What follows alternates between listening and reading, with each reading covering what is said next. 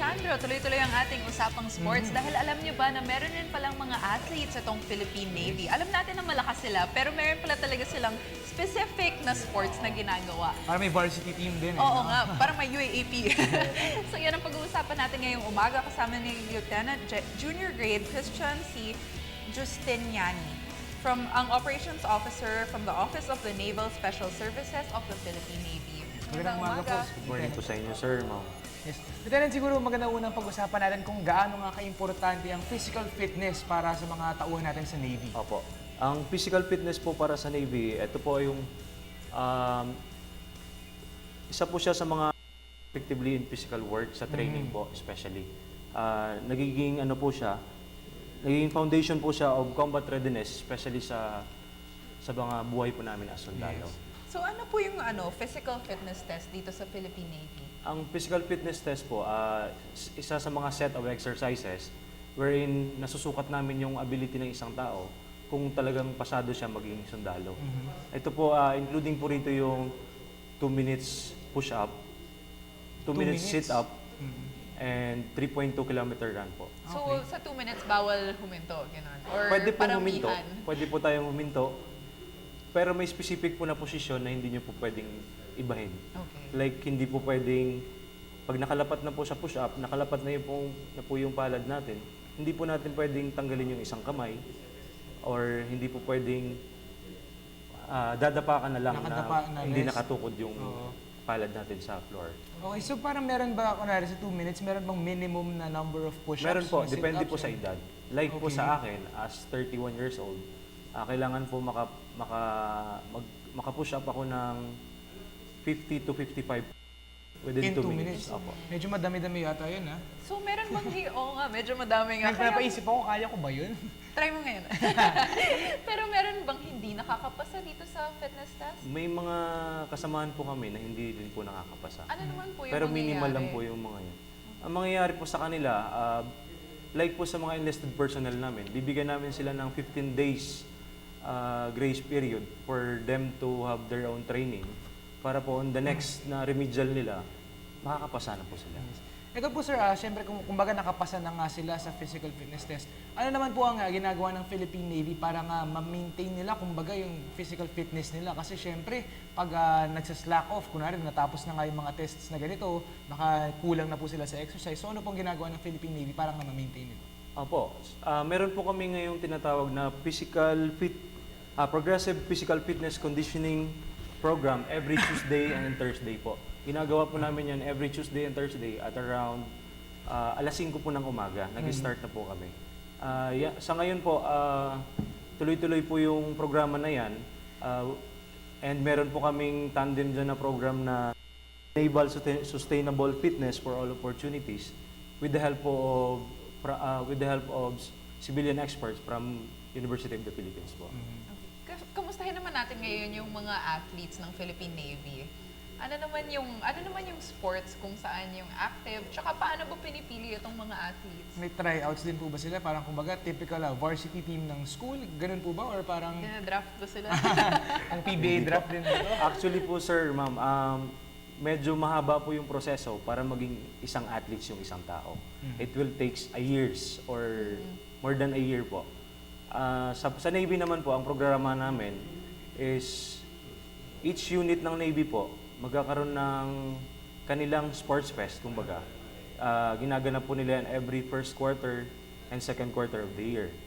Doon po sila mag-i-spot ng kanilang players to compete para sa tinatawag naming Admiral's Cup. Okay.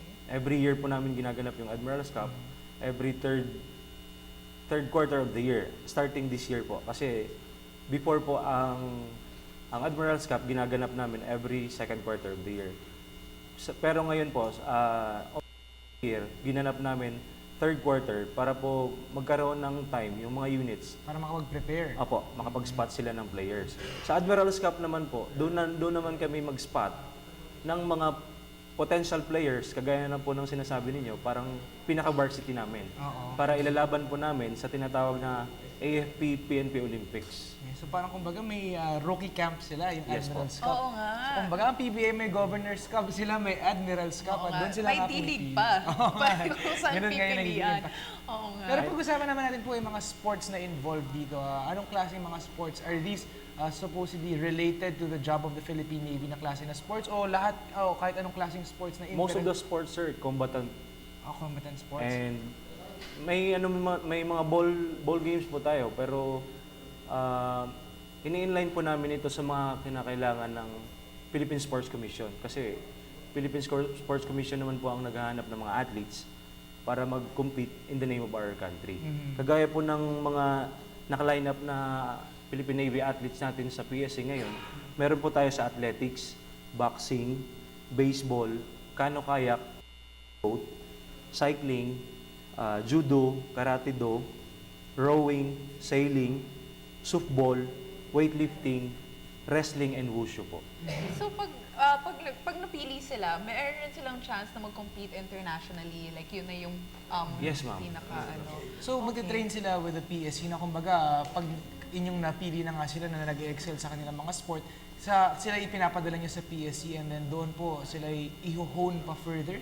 Yes, sir. Magkakaroon pa po sila ng Extra rigid training, another training po, a separate training from us. And then magiging parte po sila ng Philippine team sa respective sports na yun. Opo. So pag ganun po nangyari, hindi na po sila pwedeng sumala sa mga inter-AFP competitions po ninyo or pwede Meron pa rin? Open may pa rin po selection. yung AFP competition na yan, sir. So kumbaga, ano mo pag high school, pag may intramurals kayo, tapos yung class Varsity mo may ka, varsity. hindi ka pwede maglaro. Ito sa Oo kanila, nga. pwede pa pala maglaro. Pwede, sir, kasi may time na yung athletes natin, after ilang years na naglalaro, and then meron po tayo na i-spot na mga bago eh. So doon po natin malalaman kung yung mga datihan nating mga athletes is pwede pa ba? Kung kaya pa rin sumabay. O kailangan na po nating palitan.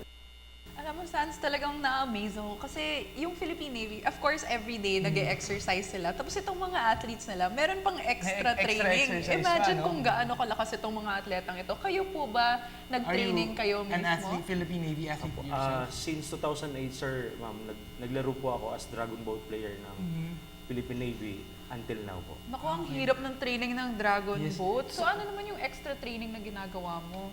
Extra training po every day po kami. Every morning po meron po kaming water training sa Manila Bay kasi yun naman po ang available na training ground namin. Oo. And meron din po kaming afternoon na session which is tinatawag naming land training. Kasama na po doon yung strength training na weights training po.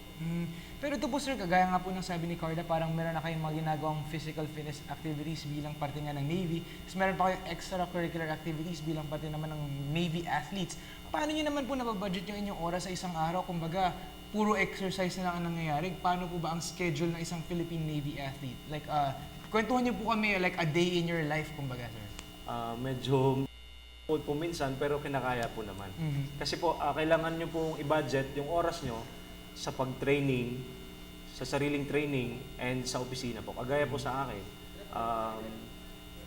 pumipili po ako ng oras o araw wherein makakapag-ensayo po ako ng maayos and makakapasok pa po ako sa office after ng ensayo. Okay, so talagang grabe naman yung Kaya araw nga na eh. yun. Talagang kaya pala kita-kita natin Isipin. yung napaka-physically fit Oo ni nga. Lieutenant Christian. Sir, baka meron na lang po kayong final message para sa ating viewers. Para naman po sa ating mga viewers, lagi po nating tandaan, don't forget to exercise. Fitness is wellness po. So stay fit, stay healthy para laging happy. Alright. Okay, maraming salamat po. Once again, that was Lieutenant Junior Grade Christian C. Justiniani, ang Operations Officer from the Office of the Naval Special Services ng Philippine Navy. Maraming salamat Thank po you sir din sa po, inyong sir. panahon ngayong umaga. At syempre, good luck sa ating mga Philippine Navy athletes. Sana'y maging proud tayo lahat sa kanilang pag-represent sa ating bansa sa mga international competitions na kanilang sasalihan. Thank you po.